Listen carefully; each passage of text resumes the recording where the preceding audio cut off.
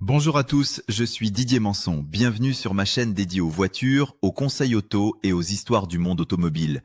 Merci de me rejoindre. C'est parti.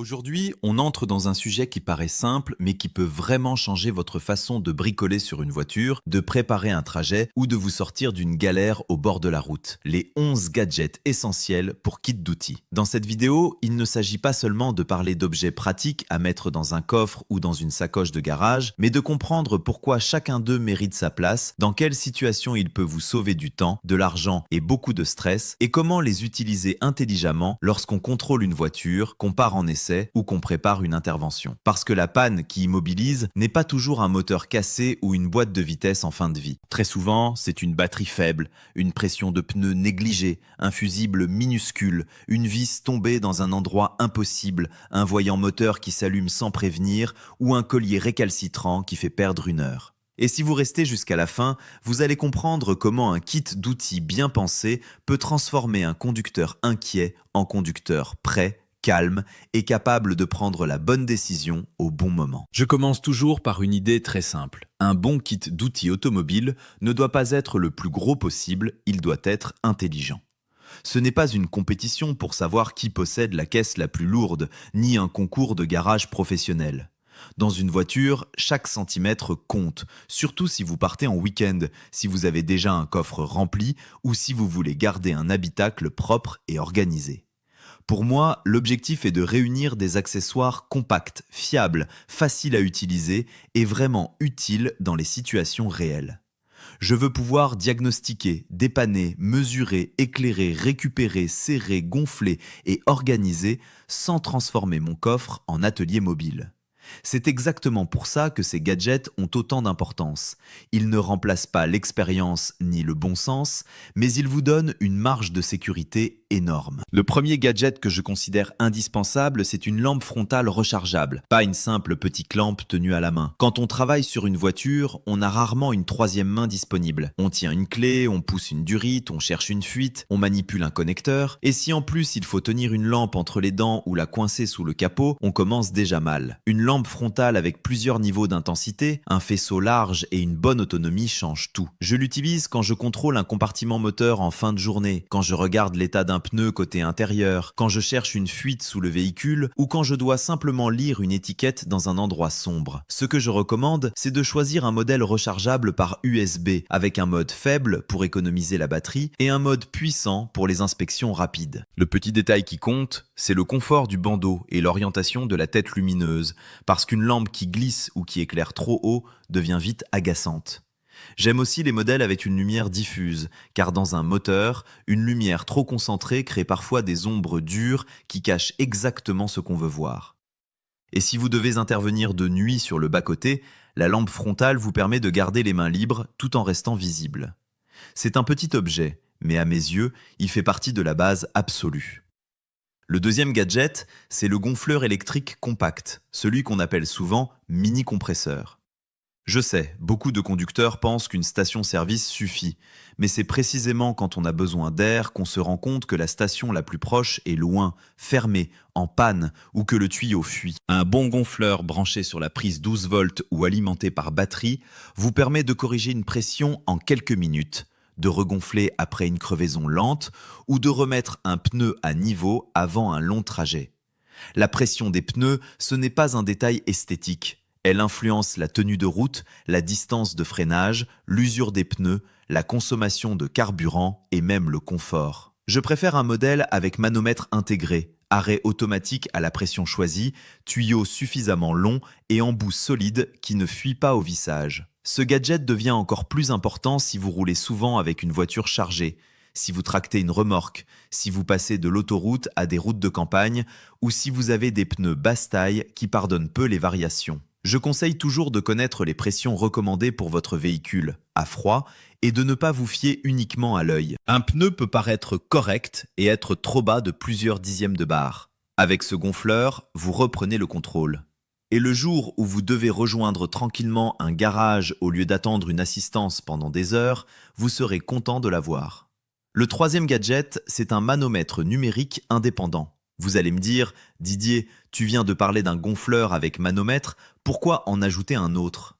Justement parce que les manomètres intégrés ne sont pas toujours parfaitement précis, et parce qu'un petit manomètre séparé est rapide, propre, facile à ranger et très pratique pour vérifier les 4 roues sans sortir tout le compresseur. J'aime les modèles compacts avec écran rétro-éclairé, embout bien étanche et lecture en bar, PSI ou kilopascal. Quand je prépare un essai ou un trajet, je vérifie rapidement les pressions à froid et si je remarque une différence inhabituelle entre 2 pneus du même essieu, je sais qu'il faut chercher plus loin. Valve fatiguée, clous discrets, jantes légèrement marquées ou simple perte progressive. Ce petit outil évite de conduire pendant des semaines avec une pression incorrecte.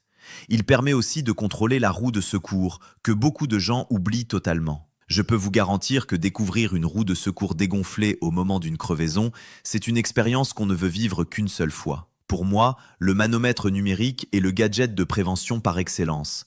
Il ne répare pas directement, mais il vous évite une partie des problèmes avant qu'ils ne deviennent sérieux. Le 4e gadget, c'est le booster de batterie portable. Là, on entre dans la catégorie des objets qui peuvent transformer une journée catastrophique en simple contretemps. Une batterie faible arrive toujours au mauvais moment. Le matin avant un rendez-vous, sur un parking après un week-end, en hiver quand il fait froid ou après avoir oublié une lumière intérieure. Pendant longtemps, il fallait trouver quelqu'un avec des câbles et une voiture bien placée. Aujourd'hui, un booster compact tient dans une pochette, se recharge à la maison et permet de redémarrer sans dépendre de personne. Je choisis toujours un modèle adapté à la cylindrée de la voiture, avec protection contre l'inversion de polarité, indicateur de charge clair, pince robuste et idéalement une fonction lampe de secours. L'erreur à éviter, c'est d'acheter un booster et de l'oublier vide dans le coffre. Un booster, ça se contrôle régulièrement. Je le recharge avant l'hiver,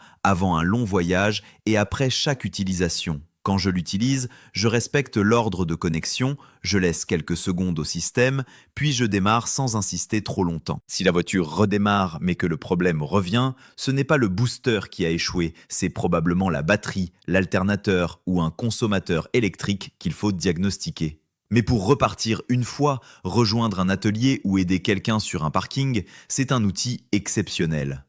Le 5e gadget, c'est un lecteur OBD2 compact, idéalement Bluetooth ou autonome avec écran. Le voyant moteur est l'un des grands générateurs de panique automobile, parce qu'il peut signifier beaucoup de choses.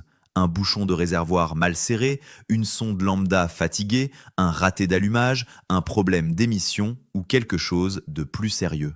Avec un lecteur OBD2, je ne prétends pas devenir devin, mais je récupère une information de départ. Je lis les codes, je regarde si le défaut est permanent ou intermittent, j'observe parfois quelques données en direct comme la température moteur, la tension batterie ou les corrections de carburant, et je décide plus calmement de la suite. Ce qui est important, c'est de ne pas confondre lecture et réparation. Effacer un code sans comprendre la cause, c'est comme masquer un témoin d'alarme. On peut le faire dans certains cas après une réparation ou une vérification, mais pas pour ignorer un problème. Pour un conducteur, l'OBD2 est précieux parce qu'il donne du contexte. Si un voyant s'allume loin de chez soi, on peut savoir si la voiture tourne normalement, si le défaut concerne un système critique ou si on doit éviter de continuer. Pour un passionné, c'est aussi une excellente porte d'entrée vers le diagnostic moderne. Les voitures sont devenues électroniques et refuser de lire les données, c'est travailler à moitié dans le noir. Le 6e gadget, c'est le multimètre numérique ou au minimum un testeur de tension fiable. Dans un kit automobile, il sert beaucoup plus souvent qu'on ne le croit. Je l'utilise pour vérifier la tension d'une batterie au repos, contrôler si l'alternateur charge correctement, tester un fusible,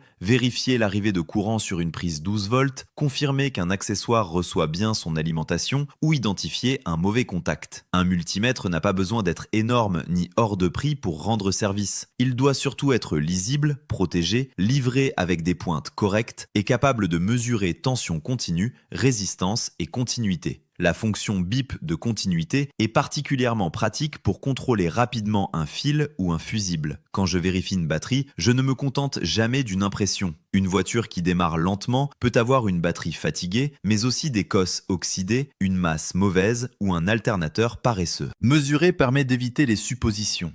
Et dans l'automobile, les suppositions coûtent cher. Bien sûr, il faut rester prudent avec l'électricité, éviter les courts-circuits, ne pas piquer n'importe où et savoir ce qu'on mesure. Mais même pour un usage simple, le multimètre donne une autonomie énorme. C'est un gadget qui paraît technique au début, puis qui devient presque naturel dès qu'on a pris l'habitude. Le septième gadget, c'est un adaptateur de clé dynamométrique numérique ou une petite clé dynamométrique compacte. Je sais que beaucoup de bricoleurs serrent encore au feeling et parfois ça passe. Mais sur une voiture, le couple de serrage n'est pas une décoration dans la documentation technique. Trop serré peut abîmer un filetage, déformer une pièce, casser un goujon ou rendre un démontage futur infernal. Ne pas serrer assez peut provoquer un desserrage, une fuite, une vibration ou un risque de sécurité. Pour les roues, certains éléments de suspension, les bougies, certains bouchons de vidange ou pièces en aluminium, le couple est important. Une clé dynamométrique classique est excellente, mais parfois encombrante. L'adaptateur numérique, placé entre le cliquet et la douille, peut être une solution compacte dans un kit. Il affiche le couple, émet un signal sonore et permet d'être beaucoup plus précis qu'un serrage instinctif. Je l'utilise surtout quand je veux être sûr de ne pas forcer sur des pièces sensibles. Il ne faut pas oublier que l'outil doit être adapté à la plage de couple utilisée. On ne mesure pas un petit serrage délicat avec un outil prévu uniquement pour des couples énormes. Et il faut toujours serrer progressivement, proprement, avec les filetages en bon état. Ce gadget apporte une chose essentielle, la discipline.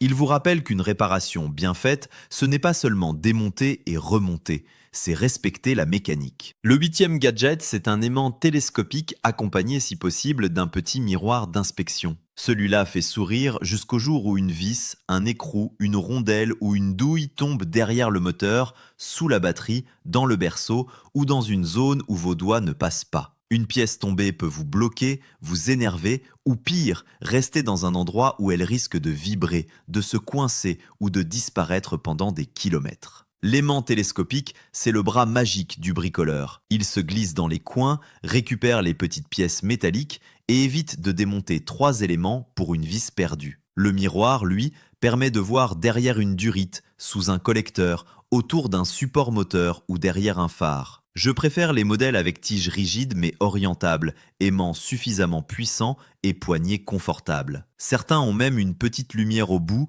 ce qui peut être très pratique. Ce gadget ne fait pas de bruit, il ne coûte pas cher, il ne prend presque pas de place, mais il réduit énormément la frustration. Et la frustration, dans un garage, c'est souvent ce qui fait commettre les erreurs. On force, on s'énerve, on remonte trop vite.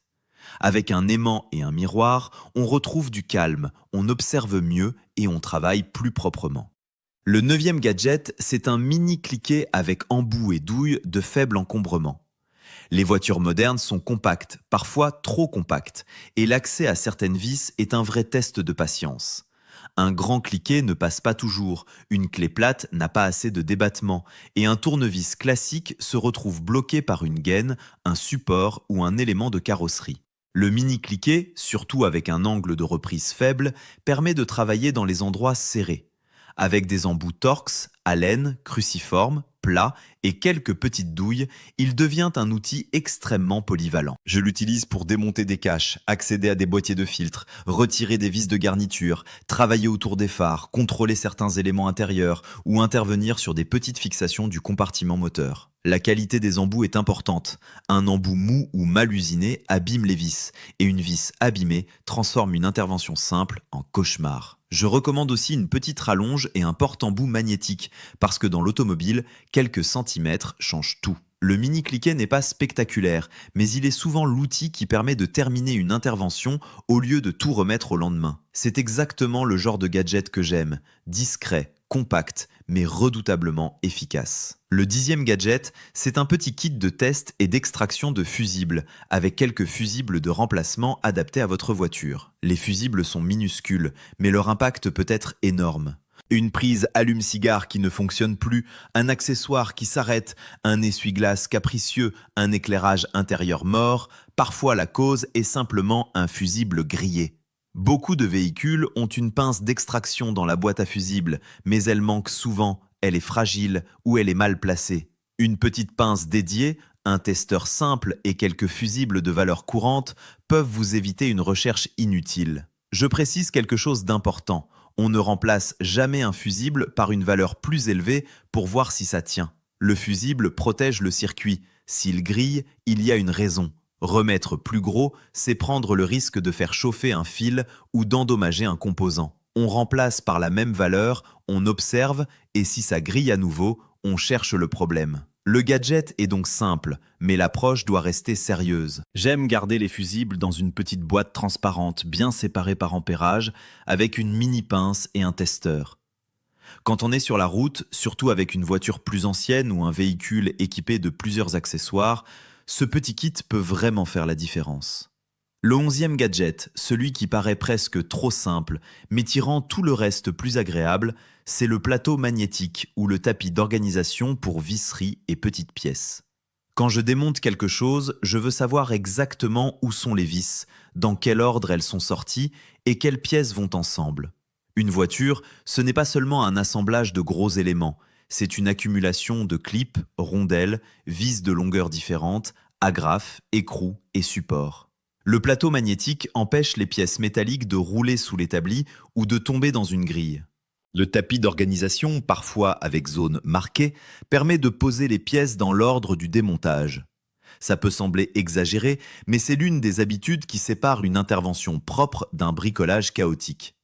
Je l'utilise même pour de petites opérations, parce qu'une vis oubliée ou intervertie peut créer un bruit, casser un plastique ou empêcher un remontage correct. Pour les pièces non magnétiques, comme certains clips en plastique, je garde aussi de petits sachets ou une boîte compartimentée. Ce gadget ne répare rien directement, mais il protège votre méthode. Et dans la mécanique, la méthode est aussi importante que les outils.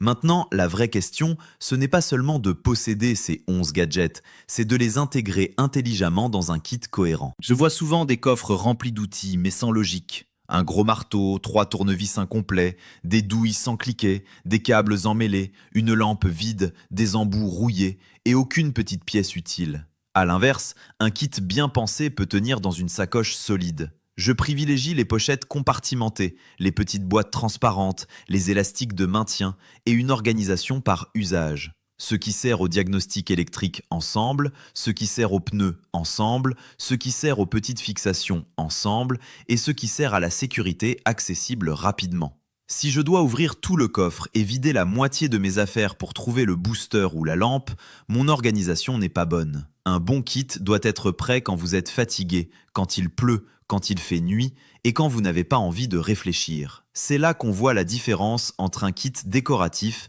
et un kit réellement utile. Il ne faut pas non plus oublier la sécurité personnelle. Un kit d'outils intelligents devrait toujours être accompagné de gants, d'un gilet réfléchissant, d'un triangle si votre réglementation l'exige et d'un chiffon propre, même si ce ne sont pas les gadgets principaux du jour. Quand vous intervenez sur une voiture, surtout sur le bord de la route, la priorité n'est jamais la réparation, c'est votre sécurité. On se gare loin de la circulation si possible, on se rend visible, on évite de se pencher côté trafic, on ne se glisse pas sous une voiture simplement posée sur un cric et on ne touche pas à un élément brûlant sans réfléchir. Les gadgets donnent de l'autonomie, mais ils ne doivent jamais pousser à prendre des risques inutiles. Savoir renoncer et appeler une assistance fait aussi partie de l'intelligence automobile. La différence, c'est qu'avec les bons outils, vous êtes capable d'évaluer la situation. Vous savez si c'est une pression à corriger, une batterie à relancer, un code à lire, un fusible à vérifier, ou si le problème dépasse ce qu'il est raisonnable de faire sur place. Je veux également insister sur la notion de connaissance. Acheter ces gadgets ne suffit pas. Prenez 1 heure chez vous, tranquillement, pour les essayer. Testez la lampe, gonflez légèrement un pneu, mesurez la tension de batterie, branchez le lecteur OBD2, regardez où se trouve la prise diagnostique, localisez vos boîtes à fusibles, vérifiez le type de fusible de votre voiture, essayez le mini-cliquet sur une vis accessible, apprenez à régler votre clé dynamométrique. Ce moment d'apprentissage vaut de l'or. Le jour d'une panne, le stress réduit la patience et la mémoire. Si vous découvrez l'outil pour la première fois sous la pluie, dans le froid, avec un rendez-vous qui vous attend, vous allez perdre du temps et peut-être faire une erreur. Si vous avez déjà manipulé chaque gadget, votre geste devient simple. Et c'est exactement ce que je cherche, transformer l'imprévu en procédure. Je ne veux pas promettre que ces 11 gadgets vont réparer toutes les voitures, ce serait faux. Une panne mécanique lourde, une courroie cassée, un embrayage mort, une fuite importante, une surchauffe sévère ou un problème électronique complexe demanderont un vrai diagnostic et parfois un atelier équipé. Mais dans la vie réelle, une grande partie des situations gênantes se joue autour de petites choses. Voir correctement, mesurer correctement, récupérer une pièce tombée, serrer correctement, comprendre un voyant, regonfler un pneu, relancer une batterie, remplacer un fusible, ranger les petites pièces. C'est pour cette raison que je les appelle essentiels. Ils augmentent votre capacité d'action. Ils ne vous transforment pas en mécanicien professionnel du jour au lendemain, mais ils vous empêchent d'être complètement dépendant pour les problèmes simples. Et cette autonomie a une valeur énorme, surtout quand on aime les voitures. Avant de conclure, je veux vous donner une image très simple. Imaginez deux conducteurs face au même problème. Un matin froid, la voiture refuse de démarrer. Le premier n'a rien, il panique, il appelle, il attend, il perd sa matinée sans savoir si la batterie est vraiment la cause. Le second ouvre son coffre, met sa lampe frontale, vérifie les cosses, mesure la tension, branche son booster correctement, démarre, puis surveille ensuite la charge avec son multimètre et prend rendez-vous si nécessaire. Même panne, expérience totalement différente. Autre situation, un voyant moteur s'allume sur l'autoroute. Sans outil, on imagine le pire. Avec un lecteur OBD2, on obtient un code, on observe le comportement du moteur, on décide plus rationnellement. Encore une autre, une vis tombe pendant le remplacement d'un filtre. Sans aimant, on perd 20 minutes et beaucoup de patience. Avec l'aimant télescopique, on la récupère en 10 secondes. C'est cette accumulation de petits avantages qui fait la force d'un bon kit. Aucun gadget n'est magique seul, mais ensemble, ils créent une vraie sérénité. Et cette sérénité, quand on roule beaucoup ou quand on aime entretenir soi-même sa voiture, c'est précieux. Voilà pourquoi je voulais faire cette vidéo de manière détaillée. Je ne voulais pas simplement vous montrer 11 objets sur une table en disant qu'ils sont pratiques. Je voulais vous transmettre une façon de penser le kit d'outils automobiles. Compact, logique, préventive, sécurisée et adaptée à la vraie vie. Une lampe frontale pour voir, un gonfleur et un manomètre pour maîtriser vos pneus, un booster pour ne pas dépendre d'un autre véhicule, un lecteur OBD2 pour comprendre les voyants, un multimètre pour sortir des suppositions électriques, un outil de serrage au couple pour respecter la mécanique, un aimant et un miroir pour récupérer et observer, un mini cliquet pour accéder aux espaces serrés, un kit fusible pour résoudre les petites coupures et un plateau magnétique pour ne rien perdre et travailler proprement.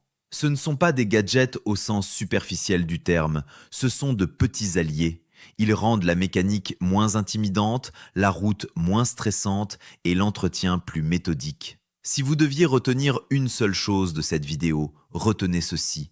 Le meilleur outil n'est pas toujours le plus impressionnant, c'est celui qui vous permet de prendre la bonne décision au bon moment. Moi, c'est Didier Manson, je vous encourage à regarder votre propre kit, à retirer ce qui ne sert jamais, à ajouter ce qui peut vraiment vous aider et surtout à apprendre à utiliser chaque élément avant d'en avoir besoin. Parce que le jour où la situation se complique, ce ne sera plus un simple sac d'outils dans votre coffre, ce sera votre tranquillité d'esprit prête à l'emploi.